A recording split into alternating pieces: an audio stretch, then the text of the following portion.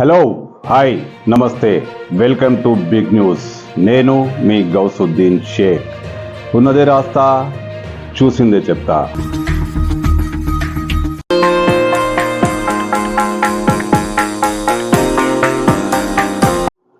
Big news, breaking news. అవును, పగిలిపోయే వార్త.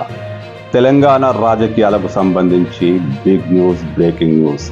ప్రపంచంపై పెద్దగా ఎఫెక్ట్ కాదు, పెద్దగా పట్టించుకోరు, కానీ తెలంగాణ రాజకీయాలకు సంబంధించి ఇది ఖచ్చితమైన బిగ్ న్యూస్. మరీ ముఖ్యంగా గులాబీ పార్టీ, అదే బీఆర్ఎస్కు సంబంధించి ఇది చాలా పెద్ద బిగ్ న్యూస్.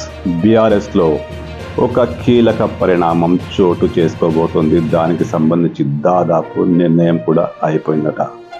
ఎస్, అదేంటి అసలు? బీఆర్ఎస్లో ఇంత పెద్ద బిగ్ న్యూస్ ఏంటంటే, శైలిమ, కేటీఆర్ భార్య శైలిమ, ఆమె రాజకీయ రంగ ప్రవేశం చేస్తున్నారట. దీనికి సంబంధించి పూర్తి స్థాయి చర్చలు జరిగాయి, నిర్ణయాలు జరిగాయి. ఆమె రేపో మాపో అధికారికంగా రాజకీయ అరంగేటం చేసే అవకాశం ఉందని అంటున్నారు. ఇంతకు సడన్గా శైలిమ రాజకీయాల్లోకి ఎందుకు వస్తున్నారు? బీఆర్ఎస్లో శైలిమ రాక పరిస్థితి ఎందుకు ఏర్పడింది అంటే, కవితక్కకు చెక్. కవితక్కకు పోటీగా శైలిమను రాజకీయాలు తీసుకొచ్చేందుకు కేటీఆర్ స్వయంగా వ్యూహం పన్నారట. దీనికి కేసీఆర్ ఆమోదం కూడా ఉందట.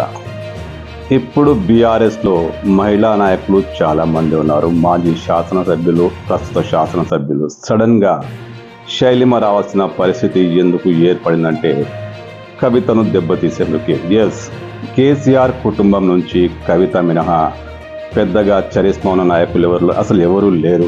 కవిత తప్ప బీఆర్ఎస్లో కేసీఆర్ కుటుంబం నుంచి మహిళా నాయకులు ఎవరు లేరు. అయితే కవిత ప్రాధాన్యత తగ్గించాలని, ఆమెకు చెక్ పెట్టాలని కేసీఆర్ ఫ్యామిలీ భావిస్తుంది. మరి ముఖ్యంగా కేటీఆర్ ఇందుకు అనుగుణంగా వ్యూహాలు రచిస్తున్నారు. శైలిమను రంగంలోకి దించాల్సిన పరిస్థితి ఏర్పడిందని కేటీఆర్ భావిస్తున్నారు. ఇందులో భాగంగానే శైలిమకు కూడా చెప్పేశారట, రాజకీయంలోకి రావాల్సిన అవసరం ఉంటుందని. ఆమె కూడా తన మరదలికి పోటీగా రాజకీయంలో దిగే ఆలోచనలో ఉన్నారట. ఇవన్నీ బీఆర్ఎస్ వర్గాల నుంచి వస్తున్న లీకులే. రేపో మాపో శైలిమ రాజకీయాల్లో, ప్రత్యక్ష రాజకీయాలకు దిగబోతున్నారు. దీనికి సంకేతంగా గత 2 రోజుల నుంచి ఆమె బయట కనబడుతున్నారు. మరి ముఖ్యంగా జూబ్లీహిల్స్ ఎమ్మెల్యేకు ఆరోగ్యం బాగలేని పరిస్థితిలో ఆమె హాస్పిటల్కి వచ్చి పరిస్థితులను చక్కదిద్ది ప్రతి క్షణం ఆమె కేటీఆర్కు అంతా సమాచారం అందిస్తున్నారు. కేటీఆర్ విదేశాల్లో ఉన్నందున ఆమె ప్రత్యక్షంగా అక్కడి కార్యక్రమాల్లో పాల్గొంటూ ఆ ఎమ్మెల్యే ఆరోగ్య పరిస్థితిని ఎప్పటికప్పుడు కనుక్కుంటూ కేటీఆర్కు సమాచారం అందిస్తున్నారు.